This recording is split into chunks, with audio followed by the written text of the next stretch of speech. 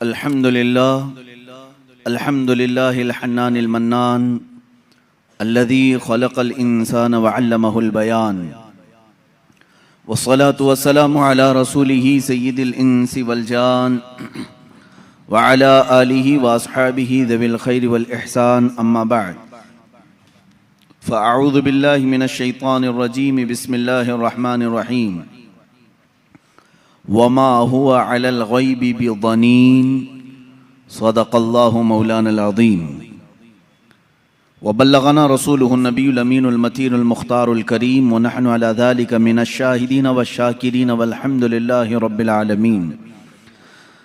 बारगाह रिसालत मुआब सल्लल्लाहु तआला अलैहि वसल्लम में दुरूद पाक का हदिया पेश करें।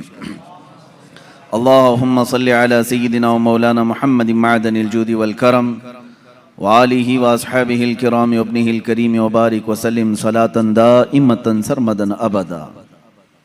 अज़ीज़ान गिरामी वक़ार, आज की महफ़िल पाक में उन्वान सुखन है इल्म ग़ैब मुस्तफ़ा सल्लल्लाहु तआला अलैहि वसल्लम। वो रसूल गिरामी वक़ार सल्लल्लाहु तआला अलैहि वसल्लम के इल्म के समंदर के इंतहा को कौन नाप सके। देने वाला खुदा है, लेने वाला रसूल है। अल्लाह के बहुत सारे राज़ों में से एक राज इल्म ग़ैब मुस्तफ़ा भी है। रसूल करीम सल्लल्लाहु तआला अलैहि वसल्लम को कितना इल्म अता हुआ, कितना ग़ैब जानते थे, ये उम्मत का बहस का मौजू नहीं है। बस हमें इतना ही यकीन रख लेना चाहिए जो बरेली के इमाम ने हमें यूँ सिखाया है कि सरे अर्श पर है तेरी गुज़र, दिल फर्श पर है तेरी नज़र। या रसूल अल्लाह, सरे अर्श पर है तेरी गुज़र, दिल फर्श पर है तेरी नज़र। मलकूत मुल्क में नहीं कोई शय वो जो तुझ पे आया नहीं। हुज़ूर अकरम सल्लल्लाहु तआला अलैहि वसल्लम के दरबार में आपकी निगाहे असर में कौन सी ऐसी चीज़ है जो मख्फी है, जो छुपी हुई है। और कोई गैब क्या तुमसे निहा हो भला। निहा कहते हैं छुपी हुई चीज़ को, पोशीदा। और कोई गैब क्या तुमसे निहा हो भला, जब ना खुदा ही छुपा तुम पे करोड़ों दुरूद। रसूल गिराम वक़ार सल्लल्लाहु तआला अलैहि वसल्लम को अल्लाह ताला ने जो मौजज़े अता किए, उन मौजज़ात में से एक अजीम मौजज़ा आपका इल्म गैब भी है। मुझे यहाँ पर इस मौजू पर गुफ्तगू इसलिए भी करनी है कि ज़माने के गुज़रते गुज़रते कुछ इस्लाम में ऐसे ख़यालात भी पनपने लगे जिन्होंने हुज़ूर पाक सल्लल्लाहु अलैहि वसल्लम के इल्म गैब का सिरे से इनकार कर दिया। और बाज़ जमातें तो वो हैं जो गैब को मानती हैं लेकिन वो नापती हैं, इतना था और इतना नहीं था। ये सब बिदआत हैं, ये सब नई ईजाद की हुई चीज़ें हैं। फ़िरक़े में नई तालीमात आई कि रसूल पाक सल्लल्लाहु तआला अलैहि वसल्लम को इतना गैब था, उतना गैब था। पहली बात तो ये है कि उनके इल्म को जज कौन करे जो उनसे बड़ा आलिम हो। क्या कोई उम्मती अपने रसूल के इल्म को नाप सकता है?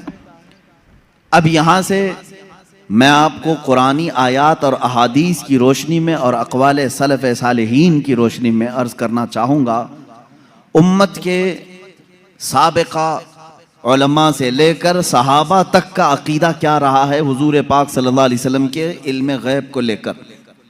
और आज अगर ये हमारे ज़माने में फितने का बाइस बन गया, आपस में झगड़े और निज़ा और जंगो जदाल का बाइस बन गया, तो ये समझने की ज़रूरत है कि ये मसला निकला कहाँ से है।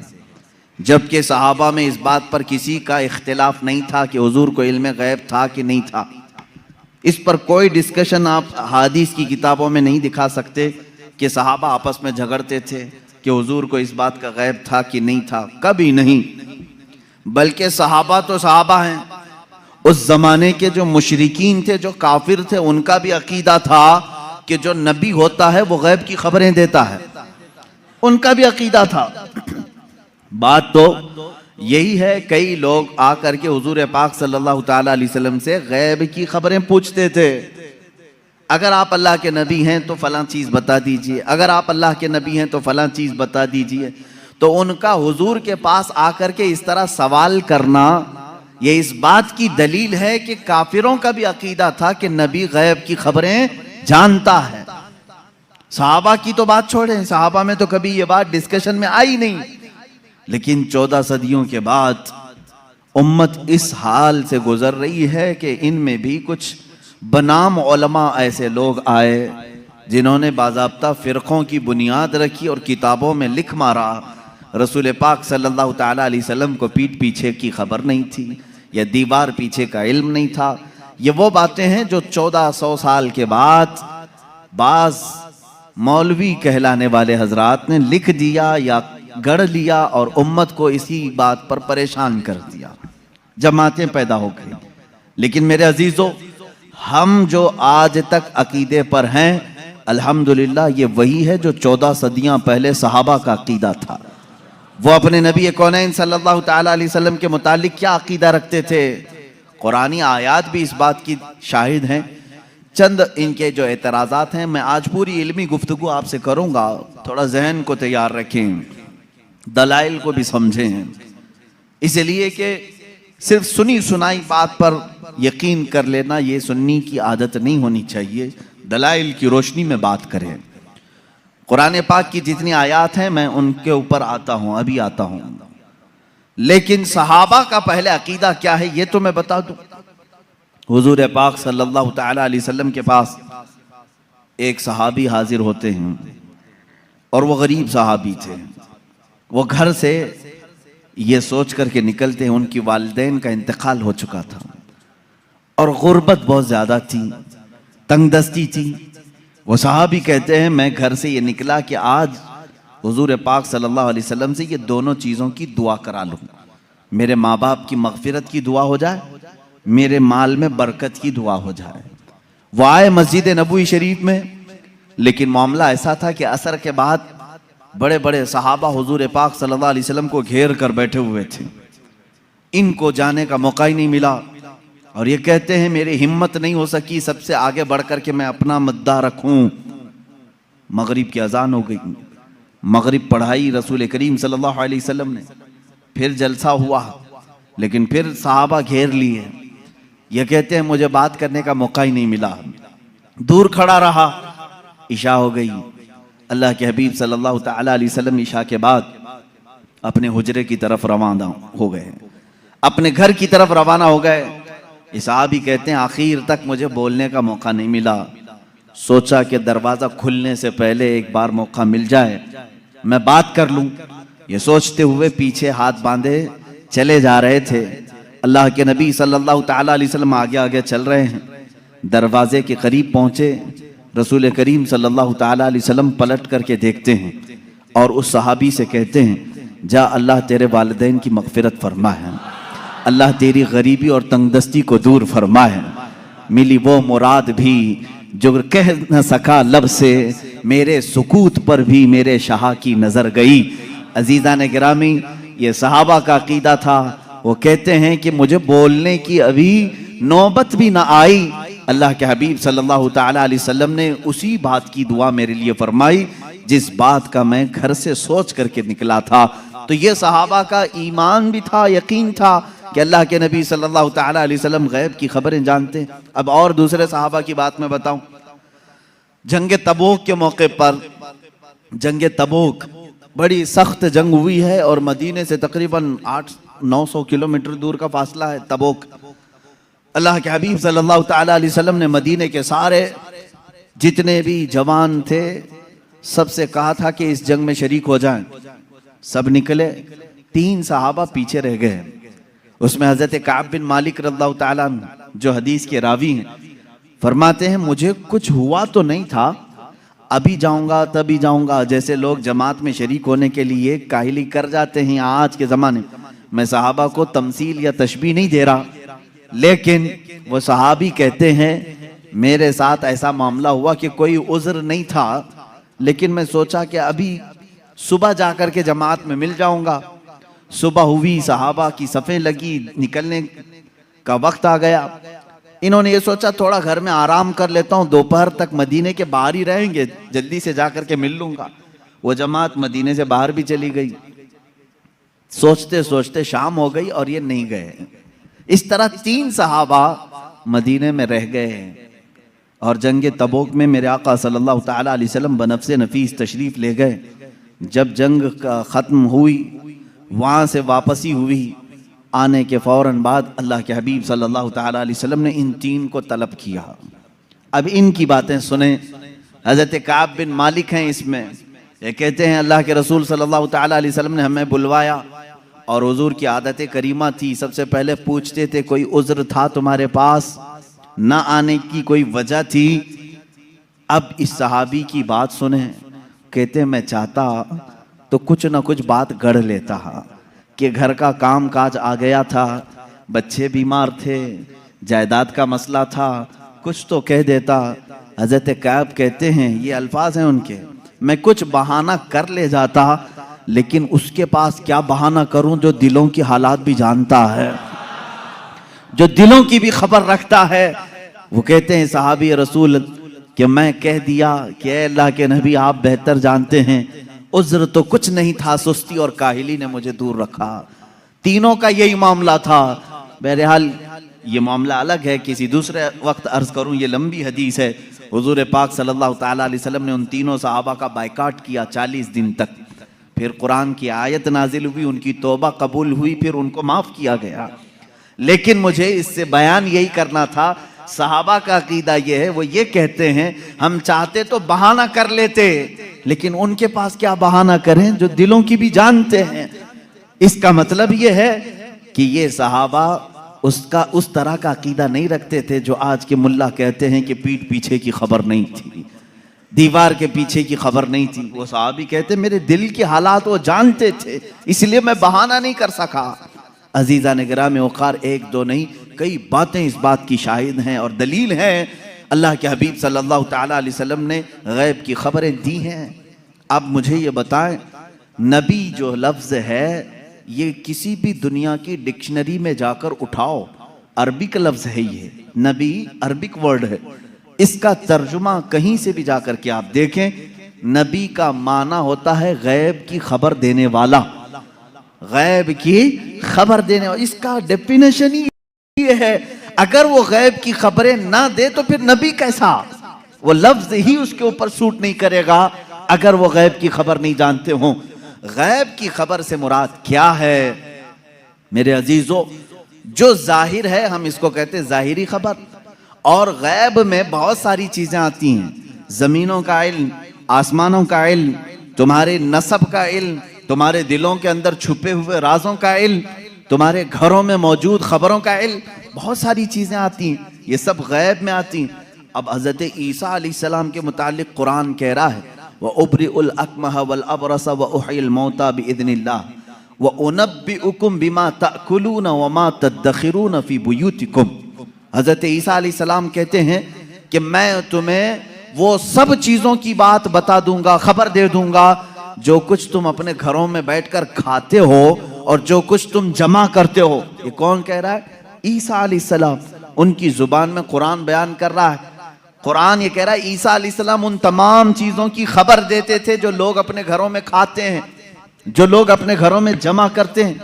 जब बनी इस्राइल के नबी ईसा अलैहिस्सलाम घरों में मौजूद खानों की खबर दे सकते हैं, सैयदुल अंबिया सल्लल्लाहु ताला अलैहि वसल्लम पूरी उम्मत की खबर नहीं रख सकते? अजीज़ा ने गिरामी वक़ार, रसूल गिरामी वक़ार सल्लल्लाहु ताला अलैहि वसल्लम कितना गैब रखते थे, कितना नहीं, एक अलग टॉपिक है। मैं आपको इस मसले को निहायत ही अखलाक के साथ, तमीज के साथ, तहजीब के दायरे में बताऊंगा, इसलिए कि कभी कभार होता है कि कोई जोश में और जज्बे में इधर से उधर चला जाए, लेकिन मैं बड़े अदब के साथ आपसे अर्ज करूंगा। इल्म गैब का इनकार कहां से आया, क्यों हुआ, और हमारा आज ये मसला क्यों बना? उसकी वजह यह है कि बाज सलफी और वहाबी और उनकी पैरवी में जमाअते देवबंद, जिनके बाज उलमा ने हुजूर पाक सल्लल्लाहु ताला अलैहि वसल्लम के कुछ इल्म गैब का इनकार किया, उनकी किताबों में मौजूद है। अब यहीं से ये मसला निकला, उनके इस मज़ऊमा बातिल अकीदे के ऊपर इमाम अहले सुन्नत फाजिल बरेलवी रहमतुल्लाह ताला अलैह ने पूरी किताब तसनीफ फरमाई, अद्दौलतुल मक्किया बिल माद्दतिल गैबिया, जिसमें तकरीबन 200 दलाइल से साबित किया है कि हुजूर पाक सल्लल्लाहु तआला अलैहि वसल्लम को मा काना व मा यकून का इल्म था। जो कुछ हो चुका और जो कुछ होने वाला है सबका इल्म था, सबका इल्म था। अब अगर हुजूर पाक सल्लल्लाहु तआला अलैहि वसल्लम के इल्म गैब के मुतालिक आप डिस्कशन में आ जाएं तो अब मैं आपको बताता हूं, आपको किसने बताया कि इंसान अव्वल कौन था? दुनिया में सबसे पहले कौन आया? ये सबको मालूम है कि नहीं? आदम अलैहिस्सलाम है। वो सबसे पहले नबी थे, सबसे पहले रसूल थे। अब इससे पहले भी अगर जाएं, आदम अलैहिस्सलाम को पैदा कैसे किया गया? आदम अलैहिस्सलाम जन्नत में रहे, जन्नत से फिर दुनिया में भेजे गए। उनकी पैदाइश के मामलात, उनके दुनिया में आने के मामलात, फिर सैयदना नूह अलैहिस्सलाम ने तबलीग फरमाई 950 साल। उसके बाद और भी अंबिया इकराम अलैहिमुस्सलाम के वाक़यात, ये सब बातें आपको बताई किसने? किसने खबर किया? कौन बताया आपको? सबका नुक्ता इत्तिहाद तुम्हारे यहाँ जमा होगा मोहम्मदुर रसूलुल्लाह सल्लल्लाहु अलैहि वसल्लम। अगर अल्लाह के रसूल सल्लल्लाहु तआला अलैहि वसल्लम ना बताते तो न तुम्हें आदम अलैहिस्सलाम की खबर थी, न तुम्हें नूह अलैहिस्सलाम की खबर थी, न तुम्हें इब्राहीम और इस्माइल अलैहिस्सलाम की खबरें थी, न तुम्हें हज़रत यूसुफ अलैहिस्सलाम के वाक़यात मालूम थे। कुरान जो कुछ भी बयान हुआ है वो मुस्तफ़ा की ज़ुबान से तो बयान हुआ है, मेरे आका सल्लल्लाहु तआला अलैहि वसल्लम के ज़ुबान से बयान हुआ है। तो मेरे अजीज़ों, जो हो चुका हुजूर उसका भी इल्म रखते हैं, जो हो चुका मेरे आका सल्लल्लाहु तआला अलैहि वसल्लम उसका भी इल्म रखते हैं, उसकी खबर रखते हैं। अब बाद में होने वाला ये भी आपको मालूम है, हर मुसलमान का अकीदा है क़यामत आने वाली है या नहीं? अगर इनकार करोगे तो इस्लाम से निकल जाओगे। क़यामत कैसे आएगी इसका पूरा नक्शा भी मालूम है, कैसे आएगी आपने उलमा से सुना होगा, किताबों में पढ़ा होगा। क़यामत के करीब क्या क्या हालात होंगे, निशानियां क्या क्या हैं, ये सब चीज़ें बताई गई। याजूज माजूज आएंगे, दज्जाल निकलेगा, सूरज पश्चिम से निकलेगा, दाबतुल अर्द आएगा, ये बड़ी बड़ी निशानियां। ईसा अलैहिस्सलाम नाजिल होंगे, इमाम मेहदी का ज़हूर होगा, ये बड़ी बड़ी निशानियां। और उसके बाद एक दिन ऐसा आएगा कि सूर फूंका जाएगा। ये इसराफील अलैहिस्सलाम के हाथ में अभी सूर है, फरिश्ते हैं, और वो बाजे की शक्ल की एक चीज़ है, उससे आवाज़ धीरे धीरे निकलेगी और उसके बाद फैलती जाएगी, निहायत तेज़ हो जाएगी। उसी आवाज़ के धमाके से पूरी दुनिया का इख्तिताम होगा। फिर सूरज चांद टकरा दिए जाएंगे, तारे फट जाएंगे, ज़मीन उड़ा दी जाएगी, पहाड़ रूई के गाले की तरह उड़ रहे होंगे। फिर मैदान क़यामत कायम किया जाएगा, क़यामत आएगी। इतना सारा डिटेल ये किसने बताया आपको? ये कौन बताया है? अगर रसूल पाक आने वाली खबरों को नहीं जानते थे तो फिर क़यामत की खबर कभी नहीं देते। इसका मतलब है अल्लाह के नबी सल्लल्लाहु तआला अलैहि वसल्लम आदम अलैहिस्सलाम की पैदाइश से लेकर रोज़े क़यामत तक जो सूर फूंका जाएगा, कायनात की हर चीज़ से वाकिफ़ थे, हर चीज़ से बाखबर थे। हुज़ूर अकरम सल्लल्लाहु तआला अलैहि वसल्लम का इल्म गैब कितना था, कितना नहीं था, अब इस पर आते हैं हम। इसलिए कि बाज़ उलमा, उनसे हमारा भी डिस्कस हुआ, उन्होंने कहा कि आप खामखा वहाबी और देवबंदी जमात से इख्तिलाफ रखते हैं। हम कभी इनकार नहीं करते हुजूर सल्लल्लाहु तआला अलैहि वसल्लम के इल्म गैब का, लेकिन हम ये कहते हैं कि पूरा पूरा इल्म गैब उनके पास नहीं था। हमारा उन्होंने बाज़ाब्ता हमारे साथ ये डिस्कस किया, पूरा इल्म गैब नहीं था। हम हुजूर के थोड़े से इल्म गैब का इनकार नहीं करते, हाँ था रसूल को, लेकिन पूरा नहीं था हर चीज का। मैंने कहा इस पर क्या दलील है आपके पास? उन्होंने कहा बाज़ मकामात पर हुजूर ने कहा है मुझे मालूम नहीं। बहुत सारे ऐसे मकामात हैं वाक़या हो गया, हुजूर को उसकी खबर नहीं रही। इसका मतलब है हुजूर को पूरे इल्म गैब का पूरा इल्म गैब नहीं था, थोड़ा सा तो था, हम इसका इकरार करते हैं।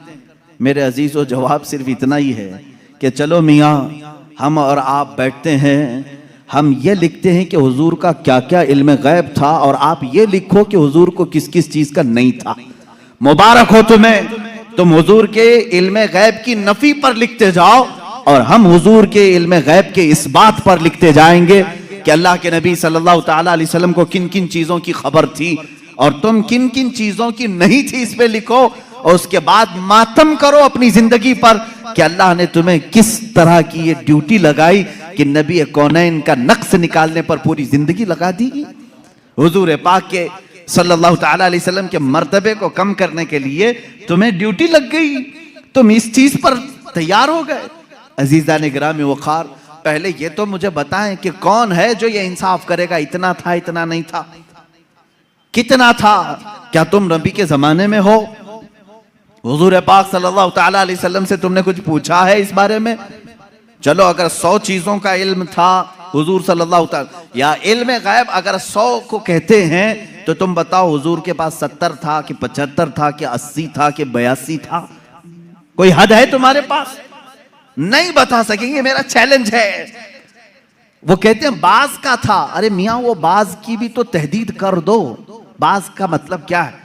नहीं, बाज का इल्म गैब था। आज भी वो कहते हैं हुजूर को बाज चीजों का इल्म गैब था। मैं यही कहता हूं वो बाज कितना था ये आप मुतय्यन करके बता दो। चलो 30% था, 40% था, परसेंटेज नहीं बयान कर सकेंगे। जहां उन्होंने उंगली रख दी कि इतना था, तो फिर वो इस्लाम में ज्यादती करने वाले बन जाएंगे और खारिज इस्लाम हो जाएंगे। हुजूर के इल्म को उन्होंने अगर घेर दिया इतना था। अब हमसे वो पूछते हैं चलो ठीक है, हम नहीं बताते कितना परसेंट था, आप ही बताओ कितना था। हम कहते हैं अल्लाह के बाद अगर कोई इल्म है तो रसूल पाक के बाद, तो अल्लाह का नापो, उसके बाद पता चल जाएगा। अल्लाह रब्बुल इज्जत का जो इल्म है उसके बाद अल्लाह ने अगर किसी को इल्म अता किया है तो अपने रसूल को अता किया। यह हमारा अकीदा है। अब हमें मालूम नहीं अल्लाह का इल्म कितना है, अब हमको वो असल मालूम नहीं, तो फिर जिसको अता किया उसका क्या हम हिसाब कर सकेंगे? अब एक एग्जाम्पल मैं आपको बता दूं। सैयदना खिजर अलैहिस्सलाम, जिनको खदिर कहा गया है, मूसा अलैहिस्सलाम और हजरत खदिर का जो वाकया है सूरह कहफ में है, उन्होंने खुद कहा है कि मुझे बाज चीजों की हिकमत दी गई। हजरत मूसा अलैहिस्सलाम हजरत खिजर से मिलने के लिए गए थे, मालूम होगा आपको वाकया। मूसा अलैहिस्सलाम अपने जमाने के जलीलुल कद्र पैगंबर है। आपने अल्लाह की बारगाह में दुआ की कि अल्लाह, जो इल्म और हिकमत से भरा हुआ तेरा बंदा है, मुझे उससे मुलाकात करा। अल्लाह ने फरमाया एक मछली भून करके ले चलो, समंदर के किनारे किनारे चलते रहो, जहां ये मछली जिंदा होकर समंदर में चली जाए वहां मेरे उस बंदे से तेरी मुलाकात होगी। कुरान पाक में ये मौजूद है सूरह कहफ में। मूसा अलैहिस्सलाम अपने गुलाम के साथ लेकर चलते रहे, एक जगह आराम करने के लिए आप रुके, सो गए, मछली वहीं जिंदा हुई, भुनी हुई मछली, तली हुई मछली जिंदा हुई और समंदर में कूद गई। गुलाम ने खबर नहीं किया, उठाया नहीं। मूसा अलैहिस्सलाम आराम फरमा रहे थे, फिर जब बेदार हुए तो गुलाम भूल गए, आगे चल पड़े। मूसा अलैहिस्सलाम को भूख की शिद्दत हुई तो आपने कहा लाओ वो मछली खा लेते हैं, अब लंबा सफर नहीं होगा। तब गुलाम ने कहा वो मछली वहीं उछल कर चली गई थी जहां आप आराम कर रहे थे। वाकया तवील है। वापस मूसा अलैहिस्सलाम वहां आए तो देखा एक सफेद पोश बुजुर्ग थे, उन्होंने आपका नाम लेकर के आपको सलाम किया, मुलाकात हुई। हजरत मूसा अलैहिस्सलाम ने उनसे कहा कि मैं आपके साथ कुछ दिन रहना चाहता हूं। उन्होंने कहा तुम मेरे साथ नहीं सब्र कर सकोगे। मूसा अलैहिस्सलाम ने कहा रहूंगा। उन्होंने एक शर्त रखी, मैं जो भी काम करूं उस पर पूछना मत कि ऐसा क्यों किया। मूसा अलैहिस्सलाम इस पर पाबंदी के साथ चलते रहे। 3 वाकयात कुरान में बयान किए गए। कश्ती पर बैठे और वो कश्ती वाला फ्री में बिठाया दोनों को, मूसा अलैहिस्सलाम और हजरत खिजर को। आप हजरत खिजर उसकी कश्ती को फाड़ने लगे। मूसा अलैहिस्सलाम ने कहा कि ये फ्री में बिठाया है, उसकी कश्ती को आप फाड़ रहे हैं। उन्होंने जलाल का इजहार किया, कहा मैंने कहा था आप मेरे किसी काम पर ना सवाल करें, आपने कहा आइंदा नहीं किया जाएगा। कश्ती से उतरे, एक मकाम पर गए, एक गांव में कुछ बच्चे खेल रहे थे, उसमें खूबसूरत बच्चा था, उसको पकड़ करके उन्होंने मार दिया हजरत खिजर ने। मूसा अलैहिस्सलाम ने फिर पूछा क्या आपको यही बच्चा मिला था, इसको आपने मार दिया? उन्होंने फिर कहा। आपने फिर पूछा उन्होंने कहा, मूसा अलैहिस्सलाम ने आखिरी एक मौका और, एक गांव पहुंचे, गांव वालों से कहा हमको मेहमान बना लो। गांव वालों ने इनकार कर दिया, हम दोनों को मेहमान नहीं रखेंगे और ना खाना खिलाएंगे। वो वहां से निकले, उस गांव की एक दीवार गिर रही थी। मूसा अलैहिस्सलाम से हजरत खिज़र ने कहा चलो दोनों मिलकर के दीवार को सीधी करते हैं। मूसा अलैहिस्सलाम ने कहा एक तो गांव वालों ने खाना भी नहीं खिलाया, मेहमान भी नहीं बनाया, इनकी दीवार को हम क्यों सही करें, और आपने ऐसा क्यों किया। हजरत खिज़र ने कहा अब यहाँ से तुम्हारा और हमारे जुदाई का रास्ता, हादा फिराक़ु बैनी व बैनक सउनब्बिउका बितअवील मा लम तस्तति अलैहि सबरा। कुरान कहता है अब खिज़र अलैहिस्सलाम ने कहा जिस पर आपको सबर नहीं हुआ उनमें से हर एक की मैं हिकमत बताता हूँ, इसके पीछे छुपा हुआ गैब का इल्म क्या था। ये कौन कह रहा है? सैयदना खिज़र अलैहिस्सलाम। इसके पीछे छुपे हुए राज क्या थे? वो कश्ती जिसमें हम बैठे थे, मैंने इसलिए फाड़ा कि किनारे एक बादशाह जालिम जो अच्छी कश्तियों को देख करके गसब कर लेता था, लूट लेता था, मैंने उस पर एहसान करके थोड़ा सा ऐब लगा दिया ताकि इस मजदूर की कश्ती को बादशाह हड़प ना ले, गसब ना कर ले। ये इसके अंदर छुपा हुआ गैब था, गैब का इल्म था। मूसा अलैहिस्सलाम को दूसरे वाक़ये की खबर उन्होंने दी। वो बच्चे के मुतालिक मुझे अल्लाह की तरफ से ये इल्म था कि वो बड़ा होकर के अपने माँ बाप को भी मारेगा और कातिल बल्कि वो काफिर बना डालेगा, इसलिए मैंने उसको मार दिया ताकि इसके वालिदैन महफूज रहें, ईमान की हालत में रहें। तीसरे, उस दीवार को हमने जो सही किया वो दर हकीकत दो यतीमों की थी, उनके बाप ने उस दीवार के पीछे खजाना दफन किया है, अगर ये गिर जाती तो गांव वाले हड़प ले जाते। मैंने उन यतीमों की हिफाजत के लिए दीवार को सही किया। ये तीन गैब की खबरें बताते हैं हजरत खिज़र। उसके बाद जो बात है खिज़र, सैयदना खिज़र, इनके मुतालिक खुद इख्तिलाफ है कि ये नबी थे कि वली थे, नबी थे कि वली थे। बाज़ उलमा ने कहा बनी इसराइल के नबी थे, बाज़ उलमा ने कहा नहीं वो अपने वक्त के वली थे। बहरहाल अल्लाह ने उनको इल्म व हिकमत अता किया था। अब आओ मैं आपको बताता हूँ कितना दिया था। अब यही बात चल रही ना, कितना दिया था, इतना कि उतना। हजरत मूसा अलैहिस्सलाम ने हजरत खिज़र से पूछा कि आपको कितना इल्म गैब मिला। वो समंदर के सफर पर थे, समंदर को तो जानते हैं आप, इसका किनारा कौन देखा है, इधर शुरू हुआ कि उधर खत्म हुआ मालूम ही नहीं पड़ता। समंदर तो वहां तक दिखता है जहां तक आसमान लगा हुआ दिखता है। समंदरों को आपने देखा होगा तो मालूम है, हमने सफर भी किया है, कोई किनारा समंदर का दिखता नहीं जल्दी। हजरत खिज़र उस वक्त कश्ती में बैठे हुए हैं मूसा अलैहिस्सलाम के साथ। एक चिड़िया उड़ती हुई आई, बैठी, उसने चोंच मारा और समंदर से कतरा पानी पी और उड़कर चली गई। हजरत खिज़र कहते हैं इल्मे इलाही की मिसाल समंदर की तरह है, और चिड़िया ने जितना कतरा पानी उसमें से पिया उतना भी मुझे नहीं मिला है। ये कौन कह रहा है? सैयदना खिज़र, बनी इसराइल के नबी, जिनके गैब की खबरें मूसा अलैहिस्सलाम को बताई गई, उतना इल्म था उनके पास जो चिड़िया समंदर के कतरे में, समंदर में से जितना पी ले। मेरे अजीजों, अब यहाँ से कितना और इतना का अंदाज़ा वही कर सकेगा जो इल्म इलाही को नापा होगा। अल्लाह का इल्म कितना है। अब यहाँ रसूल करीम सल्लल्लाहु ताला अलैहि वसल्लम के दरबार में आते हैं। अगर आप सवाल करते हैं कितना था कितना नहीं था, तो ये मसला हम डायरेक्ट अल्लाह से क्यों ना पूछ लें? ऐ मौला, अता करने वाला तू है, लेने वाला तेरा रसूल है, तू ही बता दे कितना इल्म था। कुरान के पाक की आयत आप चौथे पारे में पढ़ें, पांचवें पारे में पढ़ें, अल्लाह रब्बुल इज्जत फरमाता है वअल्लमका मा लम तकुन तअलम व कान फज़लुल्लाहि अलैका अज़ीमा। ऐ रसूल, हमने आपको इल्म गैब कितना दिया, कितना दिया? फरमाता है मेरा मौला, ऐ रसूल, हर उस चीज का इल्म दिया जो आप पहले नहीं जानते थे। अब क्या क्या नहीं जानते थे तुम तय करो, फिर मैं बताता हूं। हर उस चीज का इल्म अल्लाह ने उन्हें दिया है। तुम अगर कहते हो रसूल ये नहीं जानते थे, तो मौला तो कह रहा है जो रसूल नहीं जानते थे मैंने दे दिया है। तुम अगर कहोगे हुजूर बचपन की खबरें नहीं जानते थे, मैं कहूंगा अल्लाह वो भी दिया है। तुम अगर कहते हो पहले की खबर नहीं जानते थे, मैं कहूंगा अल्लाह कह रहा है वो नहीं जानते थे, वो भी दिया है।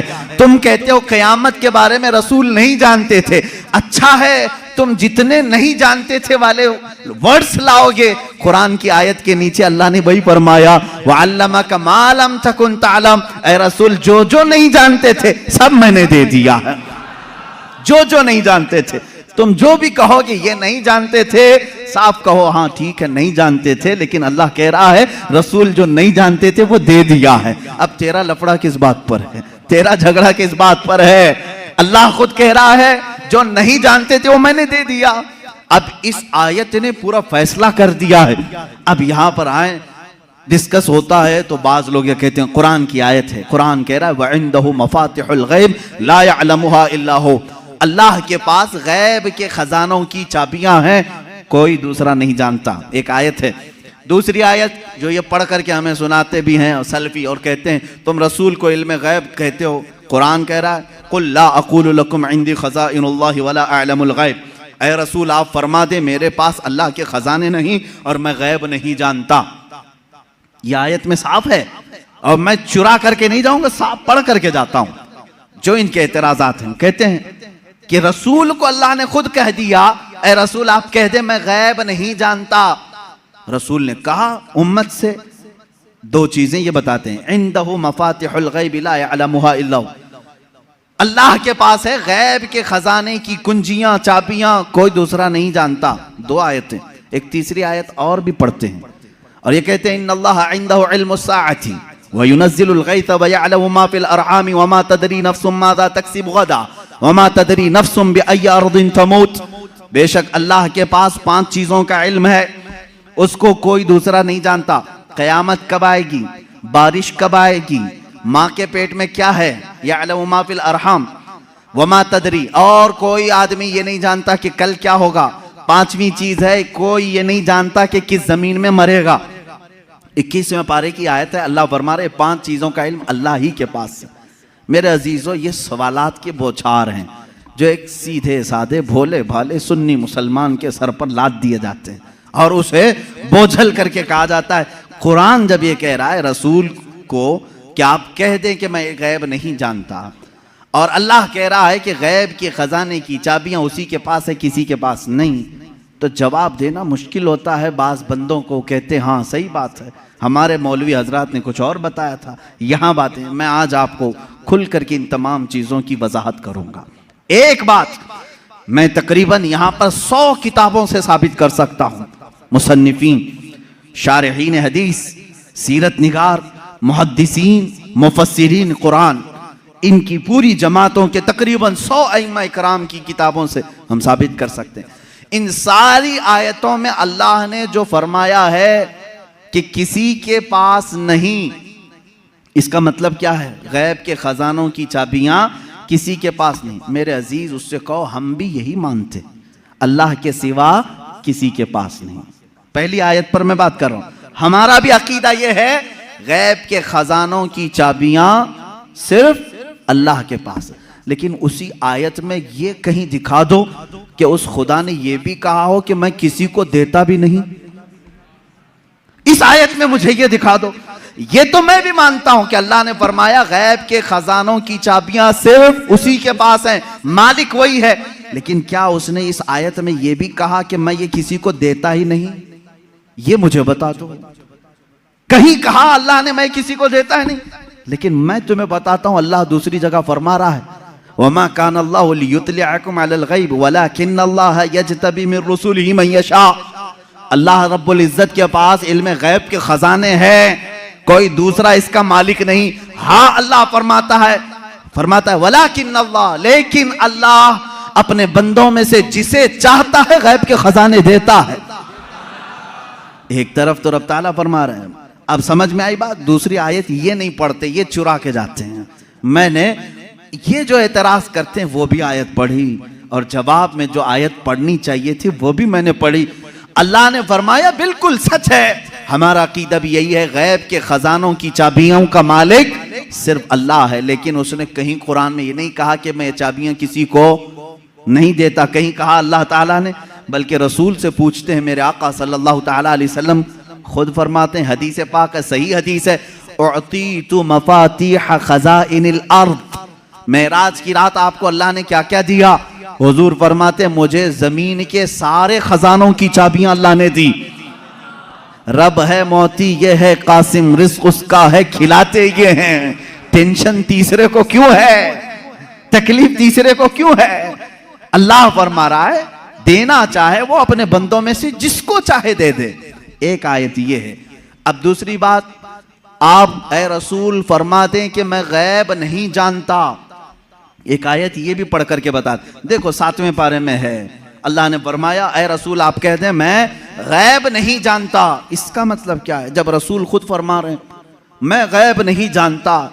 अजीज़ान गिरामी वक़ार, हर आयत का पस मंज़र देखना होगा कि आयत क्यों नाजिल हुई, किस मकाम पर नाजिल हुई। अजीज़ान गिरामी वक़ार, रसूल करीम सल्लल्लाहु ताला अलैहि वसल्लम के लिए कोई ये अकीदा ना गढ़ ले कि जैसे खुदा का इल्म है वैसे रसूल का भी इल्म है। ये शिर्क हो जाएगा। किसी सुन्नी का ये अकीदा है? क्या आप रसूल को खुदा के बराबर समझते हैं? रसूल का इल्म खुदा के इल्म के बराबर है? नहीं। अल्लाह का इल्म उसका अपना जाती इल्म है और रसूल का जो इल्म है वो अता किया हुआ है।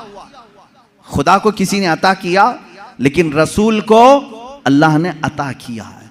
अब यहां पर अल्लाह ने जो रसूल से फरमाया ऐ रसूल आप कहते मैं गैब नहीं जानता, इसका मतलब वैसा गैब जो अल्लाह का है वो मैं नहीं जानता, हाँ वो सब जानता हूं जो अल्लाह ने मुझे दिया है। बात समझ में आ गई? ये दूसरी आयत हो गई। तीसरी आयत, जो 5 चीजों का इल्म अल्लाह के पास है, वो कौन कौन सी 5 चीजें मैंने बता दिया। कयामत कब आएगी, माँ के पेट में क्या है, बारिश कब आएगी, कौन कहाँ मरेगा और कल क्या होने वाला है। ये 5 चीजें 21वें पारे में अल्लाह ने फरमाया। ये बहुत सारे लोग एतराज के तौर पर इसी आयत को पेश करते हैं, कहते हैं देखो रसूल को अल्लाह ने इन चीजों से भी दूर रखा था, ये 5 चीजों की खबरें नहीं। जबकि आप हदीसें पढ़ें तो ये 5 चीजों की खबरें हुजूर ने दी हैं। कुरान कह रहा है इसका इल्म किसी के पास नहीं और रसूल यहां खबरें दे रहे हैं। एक टुकड़ा उसमें से मैं बता दूं, एक टुकड़ा अल्लाह के नबी सल्लल्लाहु ताला अलैहि वसल्लम की हदीस की तरफ मैं ले जाऊंगा। कुरान की आयत का एक टुकड़ा, कौन कहां मरेगा ये नहीं जानता कोई। वमा तदरी नफ्सुम बिअय्यि अर्दिन तमूत। लेकिन जंगे बद्र का मौका है, दूसरे दिन जंग होने वाली है। रात के वक्त मेरे आका सल्लल्लाहु अलैहि वसल्लम अपने हाथ में छड़ी लेकर के चल रहे हैं। मुस्लिम शरीफ की हदीस है, सही मुस्लिम शरीफ की हदीस। हुजूर सल्लल्लाहु ताला अलैहि वसल्लम अपने हाथ में लकड़ी लेकर मैदान में आए। अपने सहाबा को हौसला दिलाना था कि तुम घबराओ मत, कल क्या होने वाला है मैं बताता हूं। कुरान कह रहा है कल क्या होने वाला है वो किसी को नहीं मालूम। और रसूल कह क्या टकराव है क्या रसूल में और कुरान में? मैं इसको बताऊंगा मेरे अजीजों जवाब के जरिए से। कोई टकराव नहीं, टकराव तो इनके पेट में। यहां हुजूर पाक सल्लल्लाहु ताला अलैहि वसल्लम ने अपनी लकड़ी उठाई और सहाबा से कहा इधर हटो, एक गोल लकीर खींची और फरमाया देखना कल जंग खत्म होने के बाद अबू जहल यहां मरेगा, अबू जहल गिर करके यहीं मरा होगा। दूसरा दायरा खींचा और एक काफिर का नाम लिया, कहा यहां उतबा मरेगा, यहां शैबा मरेगा। कुरान कह रहा है कौन कहां मरेगा ये किसी को नहीं मालूम और रसूल लकीर खींच करके बता रहे हैं अबू जहल यहां मरेगा। अब जिस सहाबी ने ये हदीस रिवायत की है, आप हदीस के आगे के अल्फाज पढ़ें, इनकार की गुंजाइश उनके पास भी नहीं, इसलिए कि मुस्लिम शरीफ की हदीस है, मुस्लिम शरीफ की हदीस है जो बुखारी का दर्जा भी रखती है बाज मकामात पर। मेरे अजीजों साहबी कहते हैं जंग हुई, खत्म हुई, दूसरे दिन हम फतह का जश्न मना रहे थे, लेकिन मैदान में जब काफिरों की लाशें घसीटने के लिए आए तो हमने देखा रसूल पाक सल्लल्लाहु अलैहि वसल्लम ने जो दायरा खींचा था जिसके नाम का, वो एक बाल बराबर भी बाहर नहीं गिरा था, वहीं गिर। अबू जहल के लिए जो पिंजरा बनाया गया था उसी में मरा है। उतबा और शैबा के लिए जो डेडलाइन खींची गई थी वहीं उनका डेड हुआ है, आखिरी वहीं खत्म हुए हैं। मेरे अजीजों कुरान कह रहा है कल क्या होने वाला है ये किसी को नहीं मालूम। रसूल ने एक दिन पहले जंग कल कैसे होने वाली वो बता दिया। दूसरी चीज कुरान कह रहा है कौन कहां मरेगा ये नहीं मालूम, रसूल तो जमीन खींच करके बता रहे हैं। 2 चीजें तो यहां हो गई, मां के पेट में क्या है ये भी कोई नहीं जानता। तुम रसूल की बात आते हो तो यहां कहते हो देखो रसूल, कुरान कह रहा है मां के पेट में क्या है वो नहीं जानता। तुम तो डॉक्टरों के बारे में भी इतना इल्म रखते हो कि सोनोग्राफी से बता देते हैं लड़का है कि लड़की है। आज के जदीद इल्म में इसका तो इनकार नहीं है। अब ये कुरान की आयत जिस चीज को मना कर रही है कोई नहीं जानता, इसका मतलब क्या है? इसका मतलब क्या है? अब बारिश का मसला है, बारिश कब होगी ये किसी को नहीं मालूम, बारिश कब होगी ये किसी को नहीं मालूम। लेकिन बारगाह मुस्तफ़ा सल्लल्लाहु अलैहि वसल्लम में एक साहबी हाजिर हुए, कहा कि आका कहत पड़ गया है, बकरियां सूख रही हैं, जानवर मरने के करीब में, बारिश नहीं है, कब आएगी? ये किससे पूछने आए साहबी? रसूल पाक से। जबकि कुरान कह रहा बारिश कब आएगी ये किसी को नहीं मालूम। मालूम होना ना होना अलग बात है। रसूल पाक ने कहा अभी नाजिल कर दे। हुजूर पाक सल्लल्लाहु ताला अलैहि वसल्लम को अल्लाह ने इतना इख्तियार अता किया कि आपने हाथ उठाया और कहा ए मौला हमारे कहत साली को दूर कर दे, बारिश बरसा। वो साहब भी कहते हैं हमारे हाथ नीचे भी नहीं हुए थे कि बारिश शुरू हो गई, और इतनी हुई 8 दिन तक होती रही। दोबारा वो आए वही साहबी, उन्होंने कहा आका अब पानी भर गया है और घरों में आ रहा है, आप इतना कह दें कि अब बारिश मदीने में नहीं दूर बरसे। हुजूर ने फिर हाथ उठाया और कहा अल्लाहुम्मा हवालैना ला अलैना, ऐ अल्लाह हमारे इर्द गिर्द बरसा, अब हमारे लिए काफी है। वो साहबी कहते हैं मदीने के ऊपर से बादल छट गया, यहाँ सूखा रहा, आसपास बारिश बरसती रही। तुम तो इनकार कर रहे हो कि रसूल को कब बारिश आएगी ये नहीं मालूम। हदीस तो बता रही है रसूल जब चाहे आ जाए, जब चाहे आ जाए।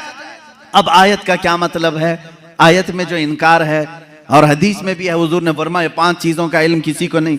यहाँ यही जवाब मैं दूंगा, ऐ मेरे अजीज, अल्लाह ने ये सच फरमाया कि ये 5 चीजों का इल्म अल्लाह ही के पास है, लेकिन पूरी आयत में अल्लाह ने ये कहीं नहीं फरमाया ये मैं किसी को दूंगा भी नहीं। अल्लाह ने फरमाया ये 5 चीजों का इल्म मैं किसी को देता भी नहीं, बल्कि अल्लाह जिसे चाहे इन 5 चीजों से खबरदार करे। जब आम बंदों को अल्लाह इन 5 चीजों से खबर कर सकता है तो अपने गैब बताने वाले रसूल को क्या ये 5 चीजों का इल्म नहीं दिया जाएगा? बेशक मेरे आका सल्लल्लाहु ताला अलैहि वसल्लम को खबरें थी। अब आओ अहादीस की रोशनी में कौन कौन सी चीजें सहाबा ने महसूस की हैं। जंगे बद्र के कैदी जो थे, वो जो कैद हुए थे 70 लोग थे, उनके बारे में मशवरा हो रहा था। बहुत सारी चीजें हैं गैब की खबरों में, मशवरा हो रहा था कि क्या किया जाए। बाज ने कहा इनको मार डालें, जला दें, बहुत इन्होंने सताया है मुसलमानों को। लेकिन हज़रत अबू बकर सिद्दीक़ रज़ियल्लाहु ताला अन्हु के मशवरे पर अमल हुआ। उन्होंने कहा इनसे फिदिया लेकर के छोड़ दिया जाए। हुजूर पाक सल्लल्लाहु ताला अलैहि वसल्लम हर एक कैदी को बारी बारी बुला रहे थे कि तुम्हारे पास जो है वो ले आओ, माल दो और आज़ाद हो जाओ, क्योंकि उन्होंने तलवार उठाई थी। तलवार उठाने का ये जुर्म है, अब आज़ाद हो। दूसरी कौमें तो छोड़ती नहीं, तलवार उठाने वाले को मार दिया जाता है या जेल में डाला जाता है। ये मेरे आका का रहम था कि फिदिया दे करके उन्हें छोड़ा जा रहा था, इसलिए कि ये बाद में फिर दायरे इस्लाम में आएंगे, छोड़ा जा रहा था। उन्हीं कैदियों में हुजूर के चचा अब्बास भी थे। वो ईमान लाए हुए नहीं थे, काफिरों की तरफ से लड़ने के लिए आए थे। अब्बास वो भी कैदियों में थे, चचा हैं। हुजूर सल्लल्लाहु ताला अलैहि वसल्लम के पास पहुंचे, कहा ऐ चचा आप तो उनके दुश्मनों के साथ आए थे, फिदिया दो और आज़ाद हो जाओ। कहा मेरे पास कुछ भी नहीं है, मेरे पास कुछ भी नहीं है, माल कुछ भी नहीं है। हुजूर पाक सल्लल्लाहु ताला अलैहि वसल्लम ने क्या फरमाया जानते हैं? कहते हैं चचा जब मक्का से निकले थे अपनी बीवी उम्मुल फजल को एक गठरी आपने सिक्कों की दी थी, फलां जगह छुपाने के लिए कहा था, वो गठरी मंगवाएं और फिदिया दें और आज़ाद हो जाएं। अल्लाह अकबर। हज़रत अब्बास कहते हैं ये रास्ता मेरा और मेरी बीवी का, ये मोहम्मद अरबी सल्लल्लाहु अलैहि वसल्लम जंग के मैदान में बता रहे हैं। चचा आप घर से निकलते वक्त जो पैसों की थैली अपनी बीवी को सुपुर्द करके आए थे और कहा था फलां जगह छुपा के रखना, किसी को बताना मत, हुजूर ये तक बता रहे हैं। हज़रत अब्बास ने कहा मैं फिदिया तो लाऊंगा लेकिन पहले कलमा तैयबा भी पढ़ लूंगा। दायरा इस्लाम में आई हज़रत अब्बास रज़ियल्लाहु ताला अन्हु हुजूर सल्लल्लाहु ताला अलैहि वसल्लम पर ईमान लाए। मेरे अजीजों उनका तो ये अकीदा था कि रसूल हमारे घरों में छुपी हुई चीजों को भी जानते। जंगे बद्र में आए हुए, और भी जंगे बद्र ही से मुतालिक बड़ी नफीस बात है, हदीस है।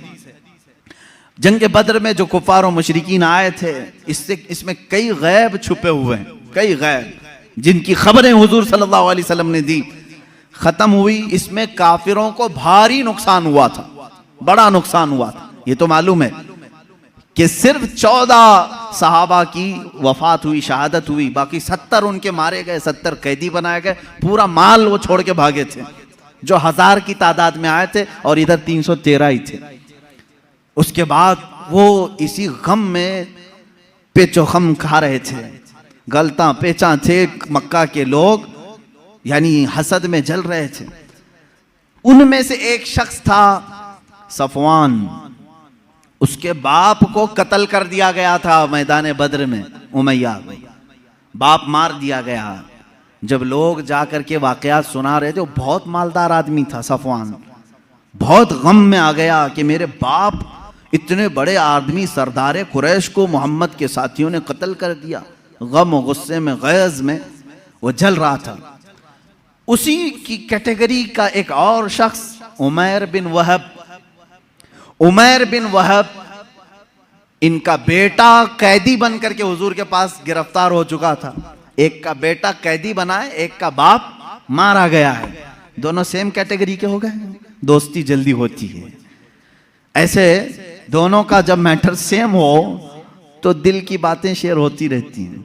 उमैर बिन वहब सफवान बिन उमैया के पास आए, हतीम काबा के अंदर, खाना काबा के हतीम के अंदर बैठे। उमैर बिन वहब ने कहा, मेरे पास तो कुछ है नहीं, माल और दौलत, लोगों के कर्जे बड़े हुए हैं और हर कोई कर्जा मांगने आता है। ऐसे में मेरे बेटे को मोहम्मद ने कैद कर लिया है, क्या कहूँ।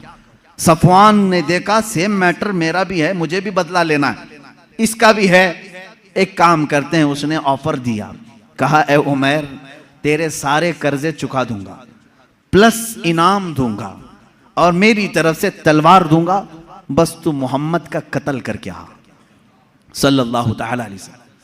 दोनों खुफिया मीटिंग करते हैं खाने काबा की हतीम में बैठकर, और उसके बाद सफवान ने अपनी तलवार को जहर में बुझाकर आग में तपा करके कि किसी को थोड़ा जख्म भी दे दिया जाए तो वो मर जाए, इतनी जहरीली तलवार उमैर बिन वहब के हाथ में थी। उमैर बिन वहब को शैतान कुरैश कहते थे कि सबको भड़काने वाला, जंगे बदर में लाने वाला। उमैर बिन वहब ये जहरीली तलवार लेकर मदीने आए। मदीने जिस वक्त ये पहुंचा, यहाँ हालात कैसे थे। मस्जिद नबवी के अंदर वो कैदी बंधे हुए थे, हुजूर पाक सल्लल्लाहु तआला अलैहि वसल्लम अंदर हैं, हज़रत उमर फारूक रज़ियल्लाहु तआला अन्हु चंद सहाबा के साथ पहरा दे रहे थे, और हज़रत उमर जहाँ खड़े हों किसकी मजाल है कि अंदर जाए। जब वो करीब आया, अभी करीब आ रहा था उमैर बिन वहब, हज़रत उमर बिल्कुल चौंक गए और उसके बाद अपने साथियों से कहा, खुज़ू हाज़ल कल्ब, पकड़ो इस कुत्ते को, ये आया क्यों है मदीना, ये बद्र में दुश्मन बन करके आया था। ये अल्फाज है हदीस पाक में, कहा इस कुत्ते को पकड़ो जो पूरे लोगों को भड़का करके बद्र में ले आया था, और झपट पड़े उस पर और उसके गले में रुमाल डाल करके उसको फंदा बना लिया। कहा क्यों आया है, कहा नहीं बस बेटे से मिलने आया था, बेटे से मिलने आया था, मेरा बेटा कैदी हुआ है तुम्हारे यहाँ, देखूं तो कुछ हाल चाल पूछ लूं इसलिए आया हूं। तो हज़रत उमर ने कहा इसको पकड़े रहो, पहले मैं इजाज़त तो ले लूँ रसूल पाक से। अंदर गए, कहा या रसूल अल्लाह सल्लल्लाहु तआला अलैहि वसल्लम, उमैर बिन वहब आया है, कुरैश का वो भड़काने वाला आदमी जो जंग बद्र में सारे लोगों को उकसा रहा था, और मुझे लगता है उसकी नीयत सही नहीं है। कौन कह रहा है? उमर इब्न खत्ताब रज़ियल्लाहु तआला। हुजूर के जो मुहिब थे वो भी लोगों की नजरें देखकर पहचानते थे। कहते हैं मुझे उसकी नीयत सही नहीं लग रही है। हुजूर पाक सल्लल्लाहु अलैहि वसल्लम ने फरमाया उसको अंदर तो ले आओ, मैं भी पूछूं कि किस लिए आया है। हजरत उमर उसी तरह फंदा डाल करके अंदर ले आए। रसूल करीम सल्लल्लाहु तआला अलैहि वसल्लम ने बात करना चाहिए, उसकी हलक में अटक रहा था। हजरत उमर से कहा छोड़ दो उसको, बात करने दो। तलवार भी है उमैर बिन वहब के पास, जहरीली तलवार जो लटकी हुई है। रसूल करीम सल्लल्लाहु तआला अलैहि वसल्लम के ऊपर कभी किसी का रौब तारी नहीं हुआ, कभी हुजूर पाक के जिस्म अक़दस पर किसी का रौब तारी नहीं हुआ। निहायत ही संजीदगी के साथ अल्लाह के नबी सल्लल्लाहु तआला अलैहि वसल्लम ने पूछा, ए उमैर क्यों आना हुआ मदीने? उसने कहा बेटे की खैर खैरियत के लिए आया हूँ, मेरा बेटा कैदी बन करके आपके यहाँ आया है। हुजूर ने फरमाया नहीं, ये मकसद नहीं होगा तेरा, ये मकसद तो नहीं होगा, सच सच बता। कहा नहीं, बेटे की खबर लेने के लिए ही तो आया हूँ। हुजूर ने फरमाया बेटे की खैरियत पूछने के लिए तलवार लेके क्यों आए हो? तलवार की क्या जरूरत है? उसने तलवार नीचे फेंक दिया और कहा इन तलवारों का क्या, जंगे बदर में तो आपने देखा हमारे पास तलवारें थी, फिर भी हम कामयाब नहीं हुए। इन तलवारों का क्या लेना? वो बातें बना रहा था, जैसे सामने वाले को यूं समझा हो कि नहीं जानता है। वो तलवार नीचे रख करके कह रहा है, तलवार से क्या होना जाना है, कुछ तो नहीं होगा। हुजूर पाक सल्लल्लाहु ताला अलैहि वसल्लम जलाल में कहा, उमैर बिन वहब चुप हो जाओ, वो बात बताओ जो मक्का के हतीम में बैठकर सफवान के साथ तुम करके आए हो। हतीम काबा के अंदर बैठ करके तुमने जो सफवान के साथ डीलिंग की है, मुआहिदा किया, वो बात बताओ। ये रसूल पाक सल्लल्लाहु अलैहि वसल्लम ने जैसी कहा, उमैर बिन वहब कहता है मेरे बदन में राशा तारी हो गया, कपकपी तारी हो गई, इसलिए कि ये बात मेरे और सफवान के दरमियान राज थी। मक्का में तीसरा कोई नहीं जानता था, मदीने में बैठा हुआ ताजदार मदीना मेरी खबर दे रहा है। उमैर बिन वहब ने कहा, अशहदु अन्नका मुहम्मदन रसूलुल्लाह, मैं गवाही देता हूं कि आप अल्लाह के सच्चे रसूल हैं। तलवार छोड़ दी, ईमान ले आए। हजरत उमर ने गले से गले लगा लिया और उसके बाद बाहर आकर के कहते हैं सहाबा से, ऐ लोगों, पहले मुझे ये शख्स खिंजीर से ज्यादा नापसंद था, लेकिन ईमान लाया है, अब मुझे मेरे अजीज बेटे से ज्यादा महबूब है। ये ईमान की अलामत भी है। अल्लाह के नबी सल्लल्लाहु ताला अलैहि वसल्लम ने वो खबर दी जो हतीम काबा में बैठ करके वो राजो नियाज से बातें कर रहे थे। इसलिए मेरे अजीजों, जब आप अपने घर में तन्हाई में बैठ करके याद करें, इस यकीन के साथ याद करो कि मेरा नबी सुन रहा है, मेरे आका को इसकी खबर है। अब रही बात, वो जिंदगी में जानते थे, बादे वफात भी जानते हैं। ये भी दलील हमारे पास। पहले हम जिंदगी ही की बात कर लें, जाहिरी जिंदगी की। अल्लाह के नबी सल्लल्लाहु ताला अलैहि वसल्लम के साथ एक बार नहीं कई मरतबा ये मामला आता है। जंगे मौता, ये जॉर्डन की सरजमीन पर है, उर्दुन, जिसको अरबी में उर्दुन कहते हैं, इंग्लिश में जॉर्डन। जंगे मौता ये बड़ी खतरनाक जंग हुई है सहाबा के साथ। उसमें रसूल करीम सल्लल्लाहु ताला अलैहि वसल्लम शरीक नहीं थे, मदीने तैयबा में थे चंद सहाबा के साथ। इसमें सहाबा गए, हजरत जाफर तैयार अल्लाह ताला सिपह सालार बन करके गए थे। हजरत जाफर तैयार हुजूर सल्लल्लाहु ताला अलैहि वसल्लम के चचेरे भाई हैं, हजरत मौला अली करमल्लाहु वजहुल करीम के सगे भाई हैं जाफर बिन अबी तालिब। ये सिपह सालार बन करके गए, वहां पर बाजिंतीनी लोगों से सख्त तरीन मुकाबला था। मदीने में मेरे आका सल्लल्लाहु ताला अलैहि वसल्लम बैठे हुए हैं, जंगे मौता हो रही है। आज आप जाकर के कैलकुलेट करके देख लेना, मदीने से जॉर्डन का फासला कितना है, काफी ज्यादा होगा। वो एक अलग कंट्री है, आज ये सऊदी अरब अलग कंट्री है। दोपहर का वक्त है, अल्लाह के नबी सल्लल्लाहु ताला अलैहि वसल्लम मस्जिद में बैठे हैं, सहाबा सामने हैं। हुजूर अकरम सल्लल्लाहु ताला अलैहि वसल्लम अचानक आपकी आंखों में आंसू का कतरा है। आपने फरमाया, जंगे मौता में जाफर तैयार के हाथ में अलम था, लेकिन वो शहीद कर दिए गए, शहीद कर दिए गए। फिर फरमाया, अब अलम अब्दुल्ला बिन रवाहा के हाथ में है। हुजूर सल्लल्लाहु ताला अलैहि वसल्लम यहाँ सहाबा को बता रहे हैं। थोड़ी देर के बाद हुजूर ने फरमाया, अब्दुल्ला भी शहीद कर दिए गए। एक और सहाबी का नाम लिया। फिर उसके बाद हुजूर सल्लल्लाहु ताला अलैहि वसल्लम ने फरमाया, ए मेरे सहाबा, अब अलम उसके हाथ में है जिसको सैफुल्लाह कहा जाता है, यानी अल्लाह की तलवार के हाथ में अब झंडा आया है। कौन है? खालिद बिन वलीद के हाथ में है। अल्लाह रब्बुल इज्जत खालिद बिन वलीद के हाथ में फतह रखा है। उसके बाद शाम हुई, सहाबा इकराम को हुजूर ने बशारत दे दी, खुशी मनाओ कि जंगे मौता में इस्लाम को फतह नसीब हुई, मुसलमान गालिब आए। ये जंग ख़त्म होने के तकरीबन 1 महीने के बाद सहाबा वापस आए, और जब जंग की फतह की खबर मदीने में फैलती थी तो लोग खुशियों से इस्तकबाल के लिए बाहर जाते थे, लेकिन यहाँ मदीने में पहले से खुशियाँ हो चुकी थी। 1 महीने के बाद वो सहाबा आए और वह आकर के हालात बयान करना चाह रहे थे। सहाबा ने कहा, रुको रुको, हम खुद बताते हैं जंगे मौता में क्या क्या हो रहा था। वो कहते हैं, क्या पहले झंडा जाफर अबी तालिब के पास नहीं था? कहा हाँ था। वो शहीद हो गए, उनके बाद अब्दुल्ला के पास था? कहा हाँ था। कहा उनके बाद जैद बिन हारसा के पास था? कहा हाँ उनके पास था। फिर झंडा खालिद बिन वलीद के हाथ में आया और फतह हो गई। वो सहाबा कहते हैं, हम लड़ने के लिए गए थे, तुम मदीने में बैठे थे, खबरें तुम दे रहे हो। उन सहाबा ने कहा, हाँ, बात हमारे इल्म गैब की नहीं, रसूलुल्लाह के इल्म गैब की है। जिस वक्त तुम जंग के मैदान में थे, अल्लाह के नबी पूरे मौता जंग का नक्शा हमें मदीने में बता रहे थे। अजीज़ान गिरामी वक़ार, इसी को इमाम अहले सुन्नत फाजिल बरेलवी ने फरमाया है, सरे अर्श पर है तेरी गुजर, दिल फर्श पर है तेरी नजर, मलकूत तो मुल्क में नहीं कोई शय, वो जो तुझ पे आया नहीं। या रसूल अल्लाह, और कोई गैब क्या तुमसे नेहा हो भला, जब ना खुदा ही छुपा तुम पे करोड़ों दुरूद। अजीज़ान गिरामी वक़ार, बेशुमार वाक़यात में सहाबा कहते हैं हमें मालूम था, अल्लाह के नबी सल्लल्लाहु तआला अलैहि वसल्लम को इसकी खबर थी।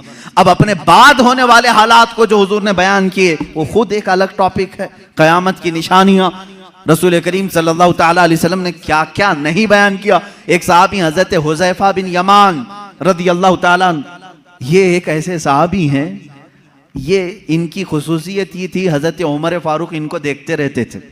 क्यों जानते हैं? ये राज हुजूर सल्लल्लाहु तआला अलैहि वसल्लम के कुछ राजों से ये वाकिफ थे। हजरत हुज़ैफा, हजरत उमर जो है, जब भी किसी का जनाजा होता तो सबसे पहले सफों में हजरत हुज़ैफा को देखते थे। अगर हजरत हुज़ैफा नमाज में हैं तो हजरत उमर नमाज पढ़ते थे, अगर हजरत हुज़ैफा नहीं होते तो हजरत उमर भी नमाज नहीं पढ़ते। क्यों? क्या बात है?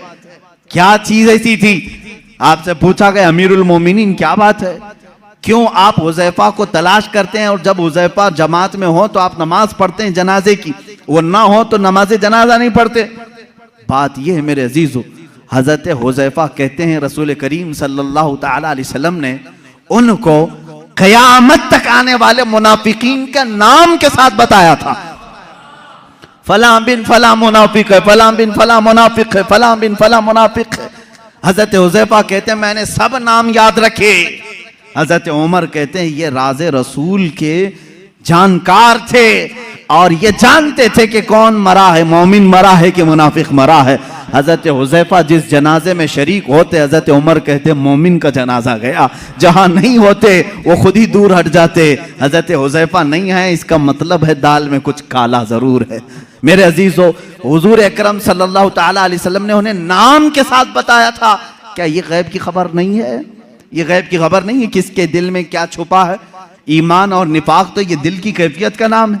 हुजूर अकरम सल्लल्लाहु तआला अलैहि वसल्लम नमाज की हालत में हो और सहाबा इकराम पीछे नमाज पढ़ रहे हो, तब भी हुजूर फरमाते हैं तुम्हारे रुकू और सजदे भी मुझसे छुपे हुए नहीं, तुम अपने दिलों में जो सोचते हो वो भी खबरें अल्लाह ताला मुझ पर मुनकशिफ फरमाता है। अब हजरत हुज़ैफा रज़ियल्लाहु ताला अन्हु फरमाते हैं, वही हदीस सुन लें।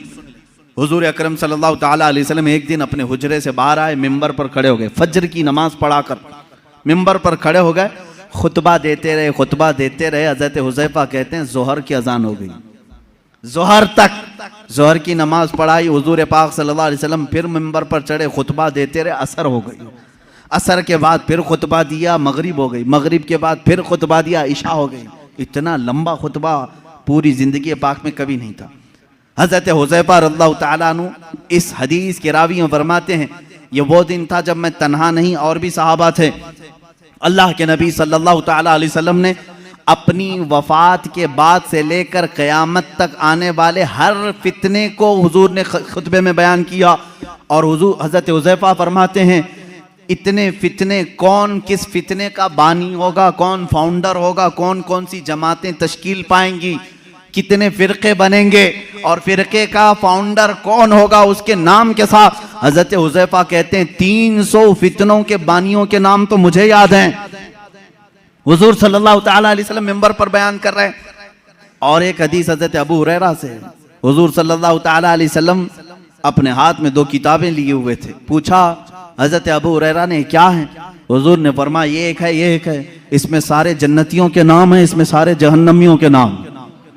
इसकी भी खबर अल्लाह ने रसूल पाक को अता की थी। अब कौन कौन सी चीजों को तुम निकालोगे कि ये नहीं जानते थे, वो नहीं जानते थे, कौन जन्नती है और कौन दोज़खी है, इसकी खबर भी मेरे आका सल्लल्लाहु ताला अलैहि वसल्लम अता फरमा रहे हैं। बल्कि जन्नत के अंदर पहुंचने वालों की खबरें, दोज़ख में कौन कौन जाएगा उनकी खबरें, कब्रों के मुतालिक, यहाँ तक कि एक हदीस पाक है हुजूर सल्लल्लाहु ताला अलैहि वसल्लम गुजर रहे थे, एक जगह कब्रस्तान के खड़े हो गए, और आपने एक बेरी के दरख्त की टहनी शाख को तोड़कर उन कब्रों पर लगाया, हरे हरे पत्ते थे। सहाबा ने पूछा, या रसूल अल्लाह सल्लल्लाहु ताला अलैहि वसल्लम, क्या बात है, आपने ये पत्तों को इनकी कब्रों पर रखा, यहीं से फूल चढ़ाने का सबूत भी हमें मिलता है। हुजूर पाक सल्लल्लाहु ताला अलैहि वसल्लम ने हरी भरी टहनियां लगाई। हुजूर अकरम सल्लल्लाहु ताला अलैहि वसल्लम फरमाते हैं, मैं गुजर रहा था, मैंने देखा इन दोनों कब्रों पर अजाब हो रहा है, इन दोनों कब्रों पर अजाब हो रहा है। और दोनों को अजाब किस वजह से हो रहा है ये भी मेरे आका ने फरमाया। एक चुगली करता था और दूसरा पेशाब के छींटों से नहीं बचता था। पेशाब के जो कतरे हैं वो उड़कर कपड़े में लगते हैं, इस पर भी अजाब दिया जा रहा है कब्र में। हुजूर अकरम सल्लल्लाहु ताला, इसीलिए किसी भी मोमिन को ये ज़ेब नहीं देता कि वो खड़े होकर के पेशाब करे और छींटे अपने बदन पर उछाले। ये मुसलमान को ज़ेब नहीं देता, वरना वो कब्र में अजाब में गिरफ्तार होगा। पेशाब के छींटों से अपने आप को बचाओ, इससे बीमारियां भी आती हैं, निसियान की बीमारी। जो पेशाब के छींटों से अपने आप को नहीं बचाता उसको भूलने की बीमारी लग जाती है, बार बार भूलेगा, हाफिजा कमजोर होगा, और प्लस अजाब अलग।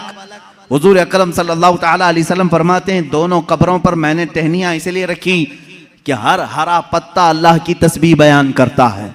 जब तक वो ताजा होते हैं अल्लाह की तस्बीह बोलते हैं पत्ते, और इनकी तस्बीह पढ़ने से उनके कब्र के अजाब में तखफीफ हो जाती है, अजाब उनका हल्का हो जाता है। अब समझ गए आप, कब्र पर टहनियां लगाने का सबूत इसी हदीस पाक से है। फूल भी ताजे हम इसलिए डालते हैं कि वो तस्बीह पढ़ें और कब्र वाले को उसका फायदा हो। हाँ, औलिया कामिलीन के मज़ारात पर इसलिए कि उनके दर्जात में बुलंदी हो, अजाब में तखफीफ गुनहगारों के लिए, और जो नेकोकार हैं उनके दर्जात में बुलंदी के लिए। दोनों भी मकसद ठीक है। हुजूर अकरम सल्लल्लाहु ताला अलैहि वसल्लम ने कब्र के अंदर के हालात भी बयान फरमाए। कब्र के अंदर के हालात, एक बार खुतबे के लिए खड़े हुए लोगों से पूछा, ऐ लोगों, कुछ पूछना है मुझसे पूछ लो, कुछ पूछना है मुझसे पूछ लो। एक साहबी हजरत अब्दुल्ला, उन्होंने पूछा कि या रसूल अल्लाह सल्लल्लाहु अलैहि वसल्लम, मेरे बाप कौन है, मेरा बाप कौन है। लोग उनको ताना मारते थे। हुजूर सल्लल्लाहु ताला अलैहि वसल्लम ने फरमाया, अब्दुल्ला, तेरे बाप का नाम हुज़ाफा है, हुज़ाफा है। और तहकीक के बाद यही बात साबित हुई, उनके वालिद अब्दुल्ला बिन हुज़ाफा, हुज़ाफा उनके वालिद थे। हुजूर सल्लल्लाहु ताला अलैहि वसल्लम को इसकी भी खबर है, कौन किसका बेटा है, इसकी भी खबर है। अब बादे वफात की बात भी मैं बता दूं, क्या हुजूर सल्लल्लाहु ताला अलैहि वसल्लम को उनकी वफात के बाद की खबर होगी कि नहीं होगी? रसूल करीम सल्लल्लाहु ताला अलैहि वसल्लम को वफात के बाद खबर है या नहीं? हयात बादल ममात, ये मेरा खुद अलग एक उन्वान रहेगा, हयातुन नबी। लेकिन हुजूर की वफात के बाद वो अपनी उम्मत को जानते हैं कि नहीं जानते? अजीजान गिरामी, एक सहाबी कहते हैं हुजूर सल्लल्लाहु ताला अलैहि वसल्लम से, उन्होंने अर्ज किया, आका मैं आपसे करीब होने के लिए क्या करूं? हुजूर सल्लल्लाहु ताला अलैहि वसल्लम की वफात के बाद की बात पूछ रहे हूं। हुजूर ने फरमाया, तुम कसरत से दुरूद पढ़ो, कसरत से दुरूद पढ़ो। उन्होंने पूछा, हर उस सहाबी ने अच्छा किया जो पूछा। इस जमाने में वो फतवा भी दिया जा सकता है। उन्होंने पूछा, या रसूल अल्लाह सल्लल्लाहु अलैहि वसल्लम, क्या आपकी वफात के बाद, मौत के बाद मेरा पड़ा हुआ आप तक पहुंचेगा? यही तो सवाल है दूसरों का। और उन्होंने सुन्नियों का बोझ भी हल्का किया, कोई शक में ना रहे।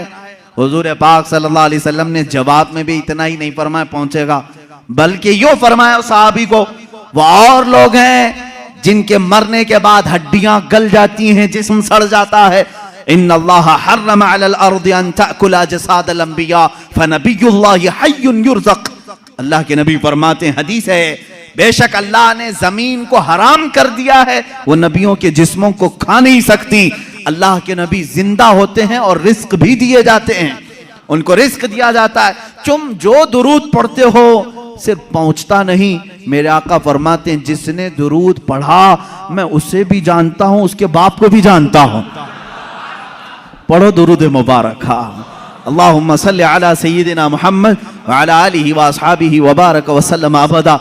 रसूल करीम सल्लल्लाहु ताला अलैहि वसल्लम फरमाते हैं, मैं उसको भी जानता हूं, उसके बाप को भी जानता हूं।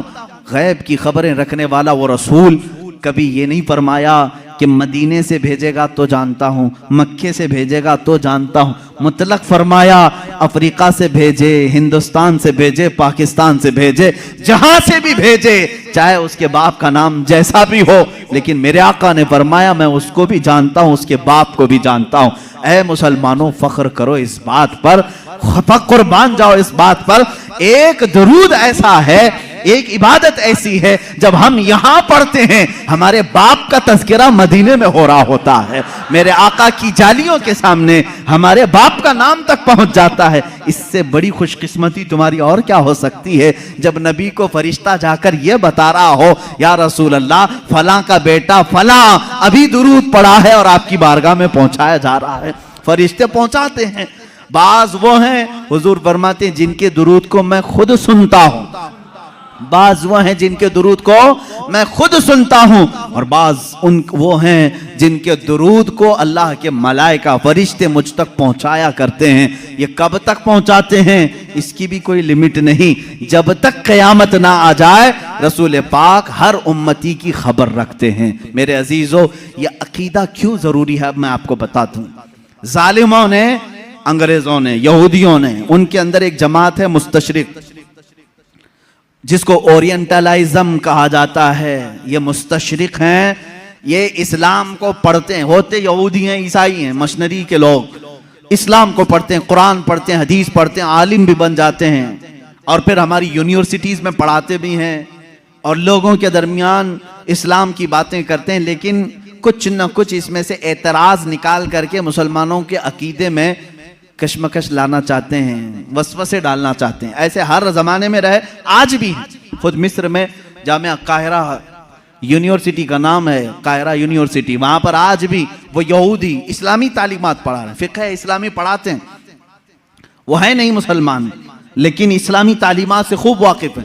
और उन्होंने, एक गोल्ड ज़हर नाम का शख्स था जो मुस्तशरिक है, उसने किताबें लिखी, वो हदीस भी और कुरान की तफसीर भी जानता था। हैरत होगी आपको, दुनिया की सबसे बड़ी डिक्शनरी हदीसों को तलाशने के लिए बड़ा मसला था कि कौन सी हदीस कहाँ है। बुखारी में है कि मुस्लिम में है, मिशकात में है, तिरमिजी में, अबू दाऊद में, नसाई में, इब्ने माजा में, हदीस की हज़ारों किताबें, कहाँ कौन सी हदीस मिलेगी। इसकी पहली डिक्शनरी जिन्होंने बनाया, अल-मुअजमुल मुफहरिस लि अल्फाज़िल हदीस, ये तकरीबन 6 या 7 जिल्दों में किताब है, डिक्शनरी है। अलिफ से अगर हदीस शुरू होती है तो ये कहाँ कहाँ मिलेगी उसके साथ लिखा हुआ है। इस पर पूरी मेहनत किया 4 यहूदी आलिमों ने, वो मुसलमान नहीं। उनको क्यों इतनी फिक्र है, क्यों वो इतनी मेहनत कर रहे हैं? तफसीर पर लिखा है इन्होंने, इल्मे तफसीर पर किताबें लिखी हैं। मेरे अजीजों, मोहब्बत इस्लाम में नहीं, अदावत इस्लाम में लिखते हैं, और उसके बाद एतराज करते हैं खुद अपनी तरफ से, और मुसलमानों में छोड़ देते हैं। यहीं से जमातें बनती हैं, यहीं से जमातें बनती हैं। इनके जो शागिर्द हैं मुस्तशरिकीन के, वो मॉडर्न ख्याल बन करके मुसलमानों में आते हैं और नई नई बातें ले आते हैं। मोहम्मद बिन अब्दुल वहाब नजदी, जो सबसे पहले अपने नए अकायद को सऊदी अरब में पेश किया, इनके उस्ताद कौन कौन थे जरा आप मुझे बताओ, कहां कहां पढ़े थे? उस्ताद से मुतासिर होकर के आए। ऐसे मिस्र में भी बहुत सारे हैं जो जर्मनी में इस्लामी तालीमात पढ़ते रहे, इंग्लैंड में पढ़ते रहे, इस्लामिक डिपार्टमेंट के अंदर बहुत सारे मुदर्रिस इस्लाम पढ़ाने वाले यहूदी हैं, ईसाई। ये भी नहीं कि छुप करके, बल्कि वो जाहिर भी हैं, वो कहते भी हैं हम ईसाई हैं, हम यहूदी हैं, लेकिन इस्लाम को हम पढ़े हुए हैं एज ए नॉलेज, एक दिरासा के तौर पर। लेकिन उनका काम सिर्फ ये होता है कुछ ना कुछ वसवसा डालना, कुछ ना कुछ वसवसा डालना।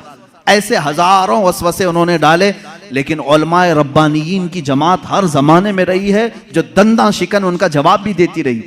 सबसे पहले इनकार करने वाले हुजूर सल्लल्लाहु ताला अलैहि वसल्लम के हयात बादे वफात के लिए ये मुस्तशरिकीन ही थे। इन्होंने शोशा डाल दिया था कि नबी मर कर खत्म हो चुके हैं, अब उनका कोई असर बाकी नहीं, इन्फ्लुएंस नहीं रहेगा। इस तरह की बातें उन्होंने लिखी, उनसे एडॉप्ट किया कुछ हमारी जमात के उलमा, वो बाद में अलग हो गए। हुजूर सल्लल्लाहु ताला अलैहि वसल्लम के इल्म के बारे में सबसे पहले यही मुस्तशरिकीन यहूदियों और ईसाइयों ने सवालात छोड़े। सबसे पहले इन्हीं की तरफ से एतराज आता है कि रसूल पाक सल्लल्लाहु ताला अलैहि वसल्लम को कभी गशी आ जाती थी और इस आलम में वो कुछ ना कुछ बोल जाते थे, मुआज़ल्लाह रब्बिल आलमीन। इस तरह की नाज़ेबा तोहमतें उन्होंने हुजूर की ज़ात पर लगाई और कहा उनको इतना इल्म नहीं था फलां फलां चीज़ों का, वो अचानक बोल देते और लग जाती कुछ चीज़ें। इनसे अडॉप्ट करके कुछ उलमा आए।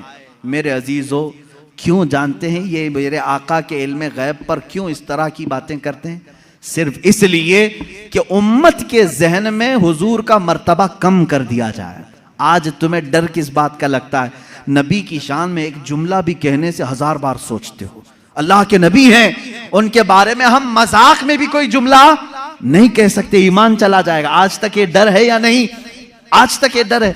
लेकिन ये चाहते हैं कि उनको भी आम इंसान की तरह पेश कर दें, उनका भी मजाक हो सकता है। तो जब उम्मत मजाक को सहना पसंद कर लेगी तो समझ लो कि तुम्हारा रिश्ता खत्म हो गया, अब तुम्हारा इस्लाम ही खोखला हो गया। तुम नबी की हर बात को मजाक में भी ले सकते हो। अरे उन्होंने यूं ही कह दिया होगा, कभी बशरियत में ये भी बोलते थे, कभी वो भी बोलते थे, उनकी बातें ऐसी थी, मुआज़ल्लाह रब्बिल आलमीन। यहां आ जाती है बात सीधे तुम्हारे इस्लाम की जड़ों पर। इसलिए इसको इतना हल्का मत समझना। इल्म गैब पर डिस्कस करने वालों को मैं ये कहता हूं, ऐ नौजवानों, तुम्हारी ये फील्ड नहीं है, तुम्हारा ये मैदान नहीं है, मुनाजरे करना तुम्हारा काम नहीं है। बस इतना तुम अकीदा रखो, हम इस मसले में कोई गुफ्तगू नहीं करना चाहते। मेरे रसूल को इतना इल्म था जितना मेरे मौला ने दिया था।